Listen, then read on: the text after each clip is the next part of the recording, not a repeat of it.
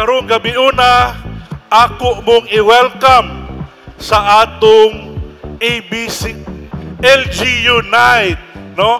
Unya magpasalamat puta sa atong patron Santa Teresa de Avila sa iyang gihatag ng mga grasya sa atong pamilya ug sa atong trabaho. So again, maayong gabi ka natong tanan, advance sa fiesta, daghang salamat. So di na lang kay nako nidugayon, excited naming tanan makakita ninyo, kaninyong tanan, daghan pa kay tagbuhaton. Karong gabi una ang LG Unite, ugma ang Halad Inasal Festival. October 14 is Miss Talisay, October 15 is ato ang concert ni Zakta Budlo ug ni Bamboo.